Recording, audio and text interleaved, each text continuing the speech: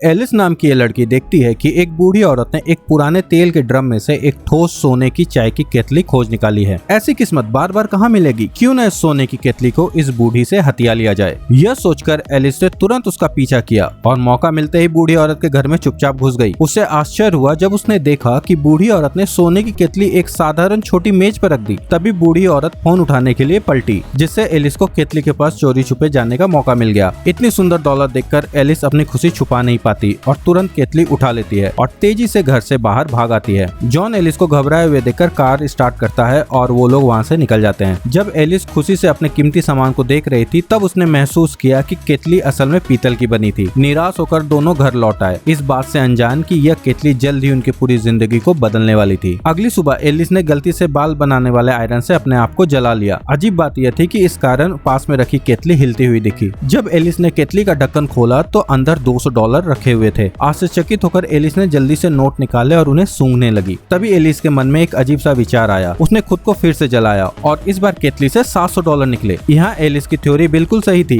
केतली जितनी चोट लगती थी उतना ही ज्यादा पैसा निकालती थी। अब एलिस ने अपने पैर को मेज पे जोर से मारा और दर्द से उछलने लगी। जब उसने केतली को देखा तो उसमें एक और नोटों का बंडल था, पर वो अभी भी संतुष्ट नहीं थी। उसने अलमारी पर अपना हाथ जोर से मारा और केतली ने और भी ज्यादा नोट बाहर उगल दिए। जब जॉन काम से आया तो उसने एलिस को चोटों से भरा हुआ और बिस्तर पर निढाल पाया। यहाँ जॉन को लगा कि किसी ने उस पर हमला किया है, लेकिन एलिस ने बताया कि ऐसा कुछ भी नहीं है, बल्कि उसे लिविंग रूम में ले जाकर केतली पकड़ाई और उसे छूने के लिए कहा। फिर उसने अचानक जॉन के चेहरे पर जोर से थप्पड़ मार दिया। जॉन कुछ समझ पाता उससे पहले ही एलिस ने केतली खोली और नोटों का ढेर बाहर निकाला और फिर उसे केतली का रहस्य बताया। जॉन को उस पर भरोसा नहीं था। उसे लग रहा था कि यह सब बड़ी साजिश है। उसने अभी अपनी बात खत्म ही नहीं की थी कि एलिस ने उसे जोर से घुटना मारा और जैसी उम्मीद थी ठीक वैसा ही हुआ। केतली से और भी ज्यादा पैसे बाहर निकले। उन्होंने पूरी रात प्रयोग किया और पाया कि जितना ज्यादा शारीरिक दर्द होगा उतना ही ज्यादा पैसे केतली उगलेगी। एलिस ने आइडिया दिया कि अगर वे ऐसा करते रहे तो वे दुनिया के सबसे अमीर लोग बन सकते हैं, लेकिन जॉन सहमत नहीं था। उसका मानना था कि सारी दुनिया का पैसा भी किस काम का अगर उन्होंने इस प्रक्रिया में खुद को ही मार डाला। लेकिन एलिस जॉन से असहमत थी और केतली को कसकर अपनी बाहों में लेकर सो गई। लेकिन जब वो सुबह उठी तो उसकी कीमती केतली गायब थी और उसे बिस्तर के पास एक नोट मिला। यह जॉन का नोट था।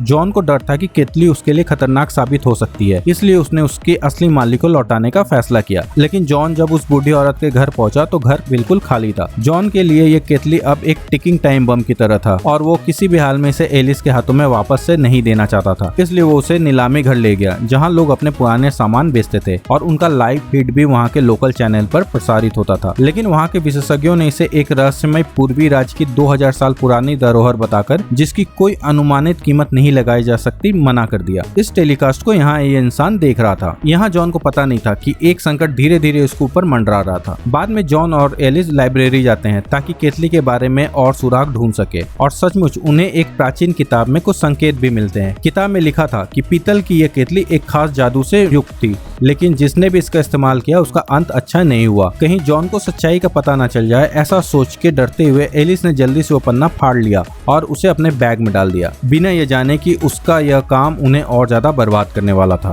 घर आकर उन्होंने एक समझौता किया कि दोनों में से कोई भी यह राज किसी तीसरे को नहीं बताएगा। फिर दोनों ने अपना हाथ स्टोव के आग के पास रखा, जिससे केतली से $100 के नोट बाहर निकलने लगे। लेकिन ये पर्याप्त नहीं था। अपनी दौलत को तेजी से बढ़ाने के लिए एलिस एक ब्यूटी सैलून गई और पूरे शरीर की वैक्सिंग करवाई। जॉन ने तो इससे भी आगे बढ़ते हुए बिना बेहोशी के दांत निकलवाए ताकि दर्द का चरम हासिल कर सके। इन दोनों ने वो हर तरीका आजमाया जिससे इनका फिजिकल पेन बढ़ सके। ऐसा करके इन लोगों ने जल्द ही $2 मिलियन इकट्ठे कर लिए। इसके बाद जॉन ने अपने सपनों की लग्जरी कार खरीदी और एलिस ने वह हीरे की अंगूठी खरीदी जिसके बारे में वो कभी सोच भी नहीं सकती थी। उन्होंने एक विशाल हवेली भी खरीदी। वो कपल जो कभी किराया भी नहीं चुका पाता था, एक ही रात में करोड़पति बन गया। अब वे ऐशो आराम में डूबे हुए थे। एक दिन उन्होंने एक शानदार पार्टी का आयोजन किया, पर उसी दिन वो रहस्यमय आदमी उनके दरवाजे पर गया। पता चला कि वो डॉक्टर लिंग था, एक गुप्त विद्या विशेषज्ञ जो प्राचीन वस्तुओं में दिलचस्पी रखता था। वो खास तौर पर केतली लेने आया था, उम्मीद करते हुए कि वे इसे उसे दे देंगे। हालांकि केतली की अपार शक्ति से मोहित होकर दोनों ने इसे देने से मना कर दिया और डॉक्टर लिंग को वहाँ से जाने के लिए कहा। उन दोनों को इस बात का अंदाजा नहीं था कि उन्होंने मुसीबत को न्योता दे दिया है। उसी रात उन्हें एक अजीब सी आवाज ने जगा दिया। उन्होंने देखा कि 2 चोर उनके घरों में पैसे चुरा रहे थे, पर मतलबी और घबराई एलिस ने जॉन को बाहर ढकेल दिया। घबराहट में जॉन ने पास में पड़ी एक फ्लोर लैंप उठाई ताकि वो खुद की रक्षा कर सके। लेकिन चोरों ने एलिस के हाथों में केतली देकर कहा कि वो केतली उनके ही परिवार की विरासत थी, जो उनके प्राचीन वस्त्रों चोरों की दुकान से चुराई गई थी। वे एक शो के जरिए इसका पता लगाने में कामयाब हो गए थे कि अब वो कहाँ है, लेकिन इस बार वे इसे लेने नहीं आए थे, उन्हें बस पैसा चाहिए था। एलिस, जो एक भी पैसा छोड़ने को तैयार नहीं थी, उन पर झपट पड़ी और हमला करने लगी, लेकिन वे दोनों चोरों के सामने नहीं टिक पाए और जल्द ही बेहोश हो गए। जब इन दोनों को होश आया तो उन्होंने पाया कि उनके घर के सारे कीमती सामान और पैसे चोर ले जा चुके हैं। आखिरकार उन्हें स्थिति की गंभीरता का एहसास हुआ। वे तुरंत डॉक्टर लिंग के घर पहुंचे ताकि सच्चाई जान सके। डॉक्टर लिंग ने उन्हें कुछ तस्वीरों का ढेर दिखाया। उन्होंने बताया कि पीतल की केतली 2000 साल पुरानी थी और इतिहास में कई लोगों ने इसका इस्तेमाल किया, लेकिन उन सब का अंत बेहद दुखद हुआ। अगर ये गलत हाथों में चली गई तो इसका अंजाम बहुत बुरा हो सकता था। यहाँ तक कि अगर इसका इस्तेमाल अच्छे लोग भी करते तब भी यह विनाश ही लाती। हालांकि एलिस की लालच अब एक हद से आगे बढ़ चुकी थी। उसने जिद की कि यह केतली को वो बहुत ही सावधानी से इस्तेमाल करेगी और इसे किसी को नहीं देगी। लेकिन जब वे लोग घर लौटे और केतली को फिर से इस्तेमाल करने की कोशिश की तो उन्होंने पाया कि इसका पैसा बनाने वाला असर कमजोर हो चुका था। अपनी ऐशो आराम की जिंदगी बनाए रखने के लिए उन्होंने और भी ज्यादा खतरनाक कदम उठाने शुरू कर दिए। वे एक अंडरग्राउंड बार में गए जहाँ उन्होंने बिना झिझक एक भारी भरकम आदमी को निशाना बनाया और उसे छेड़कर उकसाने लगे। इस पर वो आदमी भड़क गया और जॉन को बेरहमी से पीटने लगा। यहाँ जॉन का मकसद भी था कि अपने आप को ज्यादा से ज्यादा चोट पहुंचाना ताकि केतली ज्यादा से ज्यादा पैसे निकाल सके। दूसरे दिन बुरी तरह पिटा हुआ जॉन घर का कचरा फेंकने बाहर गया तो डॉक्टर लिंग फिर से उससे मिलने आया। उसने जॉन को चेतावनी दी कि अब केतली के नकारात्मक प्रभाव सामने आने लगे हैं। अगर उन्होंने इसका इस्तेमाल तुरंत बंद नहीं किया तो इसके परिणाम काफी खतरनाक होंगे। इसी बीच एलिस अब केतली को हर जगह अपने साथ ले जाने लगी थी। एक दिन एक लड़का स्केटबोर्ड पर चलते हुए उसके पास गिर गया, पर यहाँ एलिस की हैरानी की कोई सीमा नहीं रही जब उसने देखा कि केतली ने अचानक बहुत सारे पैसे उगल दिए। उसने तुरंत जॉन को इस नए रहस्य के बारे में बताया और उनकी लालच और भी ज्यादा बढ़ गई। वे वहाँ से बॉक्सिंग मैच देखने गए जहाँ वे जब मुक्केबाजों के पास होते केतली लगातार पैसे उगलती रहती, लेकिन यह उनके लिए काफी नहीं था। इसके बाद वे टैटू पार्लर गए जहाँ वे दोनों लोगों को टैटू बनवाते हुए देखने लगे। फिर उन्होंने अस्पताल में जाकर महिलाओं को डिलीवरी करते हुए देखा, यानी दर्द ही दर्द हर तरफ। और इस तरह उन्होंने जल्दी एक बड़ी दौलत इकट्ठी कर ली जितनी उन्होंने कभी सपने में भी नहीं सोची थी। फिर भी उनकी लालच खत्म नहीं हो रही थी, बल्कि उनके अंदर की शैतानी इच्छाएं बाहर आने लगी। एक दिन जब एक बेघर आदमी सड़क पार कर रहा था, एलिस ने ब्रेक लगाने के बजाय गाड़ी की स्पीड बढ़ा दी। इरादा था उसे टक्कर मारने का। सौभाग्य से जॉन ने उसकी मनसा भांप ली और समय रहते गाड़ी मोड़ दी, जिससे एक बड़ा हादसा टल गया। लेकिन एलिस रुकी नहीं, बल्कि बेघर आदमी को सड़क पार करने के लिए दोषी ठहराने लगी। जॉन को लगा कि एलिस पूरी तरह से अपना दिमागी संतुलन खो चुकी है। उसने जिद की कि अब इस केतली को डॉक्टर लिंग को सौंप देना चाहिए, पर इससे एलिस तुरंत गुस्से से भर उठी और बिना रुके जॉन पर चिल्लाने लगी। गुस्से में एलिस तुरंत कार से बाहर निकल गई। तभी केतली एक बार फिर से बड़ी मात्रा में पैसे निकालने लगी। यह देखकर दोनों हैरान रह गए क्योंकि उनमें से किसी को भी शारीरिक चोट नहीं लगी थी, फिर भी पैसे निकल रहे थे। क्या यह हो सकता है कि इंसल्ट और इमोशनल पेन से भी पैसे बन सकते हैं? एलिस ने तुरंत जॉन को मानसिक रूप से सताना शुरू किया और ठीक वैसे ही केतली ने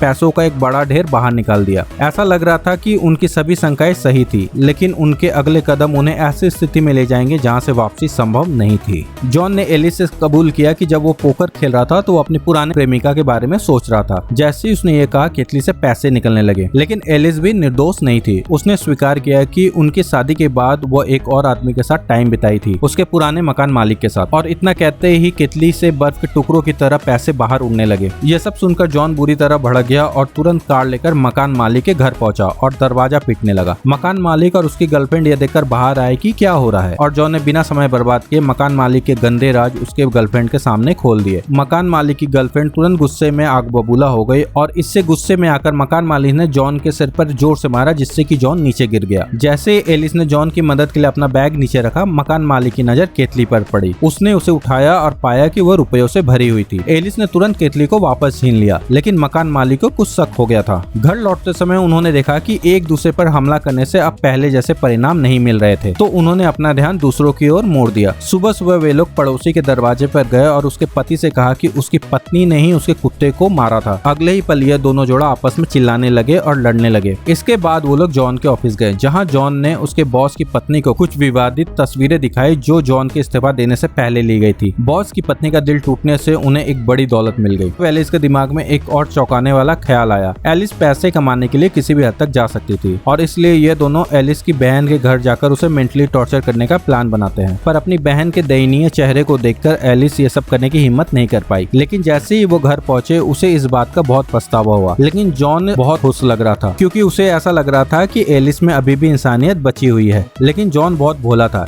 एलिस के दिमाग में एक नया आइडिया आया और उसने तुरंत जॉन को एक सुनसान इलाके में एक गड्ढा खोदने के लिए ले गई। वो बताती है कि जब दुनिया में इतने बुरे लोग हैं तो क्यों ना उसका उपयोग करके अधिक से अधिक पैसा बनाया जाए। यानी कि यहाँ ये लोग बुरे लोगों को लाकर जिंदा दफनाने का प्लान बना रहे थे, जिससे वो लोग जितना ज्यादा तड़पते केतली उतना ज्यादा पैसा उगलती। पर यहाँ जॉन को अचानक महसूस हुआ कि एलिस पूरी तरह से एक राक्षस बन चुकी है। कोई और रास्ता ना देखकर जॉन मुड़ा और चला गया। जॉन अकेला ही डॉक्टर लिंग के घर मदद मांगने पहुंचा। उसने डॉक्टर लिंग से पूछा कि अगर उन्हें पता था कि उनके पास केतली है तो उन्होंने इसे चुराया क्यों नहीं। डॉक्टर लिंग ने समझाया कि केतली का श्राप तभी टूट सकता है जब उसका मालिक उसे अपनी मर्जी से दे दे। लेकिन अब जबकि एलिस पूरी तरह से केतली की शक्ति के चंगुल में थी, इसलिए अब डॉक्टर लिंग भी उसकी मदद करने में असमर्थ था। निराश होकर जॉन घर लौट आया और एलिस को धमकी दी कि अब केतली और उसके बीच में से किसी एक को चुनना होगा। एलिस ने यह दावा किया कि वो जॉन को चुनती है, लेकिन उसकी आंखें केतली पर ही टिकी रही। पूरी तरह से कंफ्यूज और निराश जॉन ने केतली को पकड़ा और खिड़की से नीचे कूद गया। जैसे ही उसका शरीर जमीन से टकराया, केतली से बड़ी मात्रा में पैसे निकलने लगे। घबराई हुई एलिस दौड़कर जॉन के पास पहुंची। उड़ते हुए पैसों को पूरी तरह से अनदेखा करते हुए वो जॉन की सूद-बूद लेने लगी। कुछ देर हिलाने डुलाने के बाद जॉन को होश आ गया। उसी पल एलिस ने तय किया कि वे लोग अगले दिन केतली को डॉक्टर लिंग को सौंप देंगे, लेकिन उन्हें यह नहीं पता था कि सोते समय फिर से कोई बड़ी प्रॉब्लम आने वाली है। जब जॉन नीचे गया तो उन्होंने देखा कि टेबल पर रखी केतली गायब थी। खिड़की से बाहर झांकते हुए उसने मकान मालिक को कार से तेजी से जाते हुए देखा। ऐसा लग रहा था कि मकान मालिक ने केतली चुरा लिया है। इसका मतलब यह था कि मकान मालिक को केतली का रहस्य पता चल गया है। अब और कोई बड़ी मुसीबत आने से पहले एलिस और जॉन ने केतली वापस लाकर उसे डॉक्टर लिंग को देने का फैसला किया। जब वे मकान मालिक के घर पहुंचे तो वहाँ का मंजर देखकर हैरान रह गए। पूरा घर बिखरा हुआ था, सब कुछ अस्त व्यस्त था। अगले ही पल मकान मालिक और उसकी गर्लफ्रेंड बंदूक लेकर बाहर आए, जैसे अपनी जान की बाजी लगाकर बेहिसाब दौलत हासिल करने को तैयार हो। यह साफ था कि मकान मालिक को पूरी तरह से केतली के इस्तेमाल का तरीका समझ में आ गया था। जैसे ही वो लोग कुछ करने वाले थे, अचानक वही दो चोर बिना किसी चेतावनी के घर में घुस आए। क्योंकि उन्हें केतली के बारे में पता था, इसलिए वो लोग उसे इस्तेमाल नहीं करना चाहते थे, बल्कि जो भी दूसरे लोग यह केतली इस्तेमाल करके पैसा बनाते, यह दोनों चोर उनसे पैसा चुरा लेते। यानी सजा किसी को और पैसे का मजा इनको। पर यहाँ मामला कुछ ज्यादा ही गड़बड़ था। मकान मालिक भी उन्हें पैसे देने को राजी नहीं था, इसलिए गुस्से में आकर चोर ने मकान मालिक को गोली मार दी, जिससे कि वहाँ अचानक गोलीबारी होने लगी। एलिस और जॉन तुरंत सोफे के पीछे छिप जाते हैं। इस बीच केतली लगातार पैसे उगलते जा रही थी। जब जॉन बाहर झांककर देखता है तो पाता है कि सभी चारों लोग अपनी जान गंवा चुके थे। वे जल्दी से पैसे और केतली उठाकर वहाँ से भागे और केतली को डॉक्टर लिंग के हवाले कर दिया, जो बाहर उनका इंतजार कर रहा था। यहाँ यह सुनिश्चित करने के लिए कि पीतल की केतली फिर कभी किसी को नुकसान न पहुंचा सके, डॉक्टर लिंग एक नाव में बैठकर महासागर के बीचों बीच गए और वहाँ उन्होंने उस केतली को उसकी अनंत बुराइयों के साथ गहरे और काले समंदर में फेंक दिया। और यह फिल्म यहीं खत्म हो जाती है। लालच एक दोधारी तलवार है। यह हमें आगे बढ़ने की प्रेरणा दे सकता है, लेकिन यह हमारे विनाश का कारण भी बन सकता है। हमें अपने लालच को नियंत्रित करना सीखना चाहिए और इसे प्रगति का साधन बनाना चाहिए, न कि अपने पतन का कारण।